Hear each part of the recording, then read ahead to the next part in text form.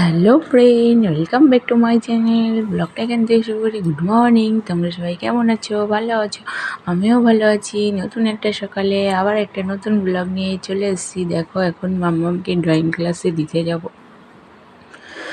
তারপরে দিয়ে চলে এসেছি, একটু কাজবাজ করা হয়েছে, করে তারপরে সকালবেলা টিফিনের তরকারি করা হয়ে গেছে, আলুর তরকারি। মাম্মাম খাবে, সবাই খাবে, আমরাও ব্রেকফাস্টে খাবো। তারপরে আর ব্লগ করা হয়নি, খাওয়া দাওয়া হয়ে গেছে, ব্রেকফাস্ট করা হয়ে গেছে। এখন এই স্নান করে একটু বসে আছি। মাম্মামের বাবা আর তার বুড়ি মিলে একটু বাজারে গেছে, তাই আমি দেখছি বৃষ্টিও আসছে, বৃষ্টি বৃষ্টি দেখছি কখন আসে। তারপরে চলে এসেছিল, এসে খাওয়া দাওয়া করা হয়ে গেছে, সবারই খাওয়া দাওয়া কমপ্লিট।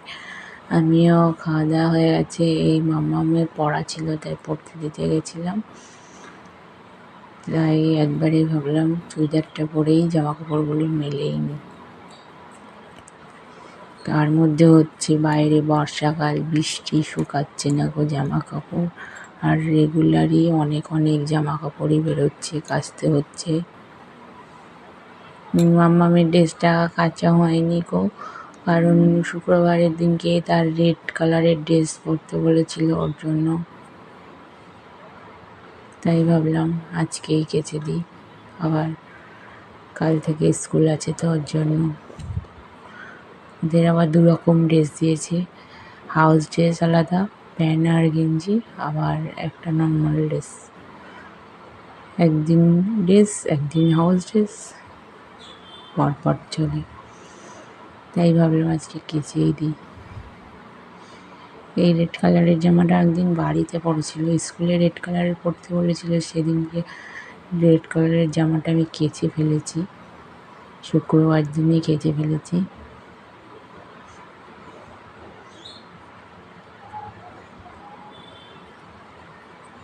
তারপরে সব জামা কাপড় মেলা টেলা হয়ে গেলে এবার একটু রেস্ট করব, একটু শুয়ে নেব, কারণ মাম্মাম পড়তে গেছে, ও পরে বাড়ি আসবে,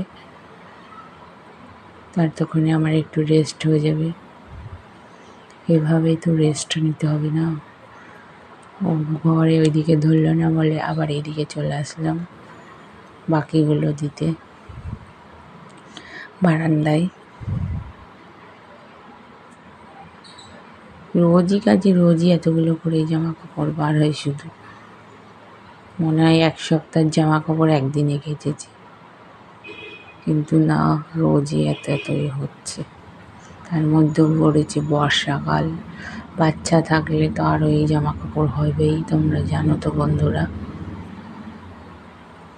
ব্লগটা ভালো লাগলে like, share, comment and subscribe করে দেবে।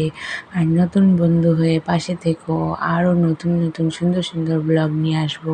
টাটা, বাই, ভালো থেকো।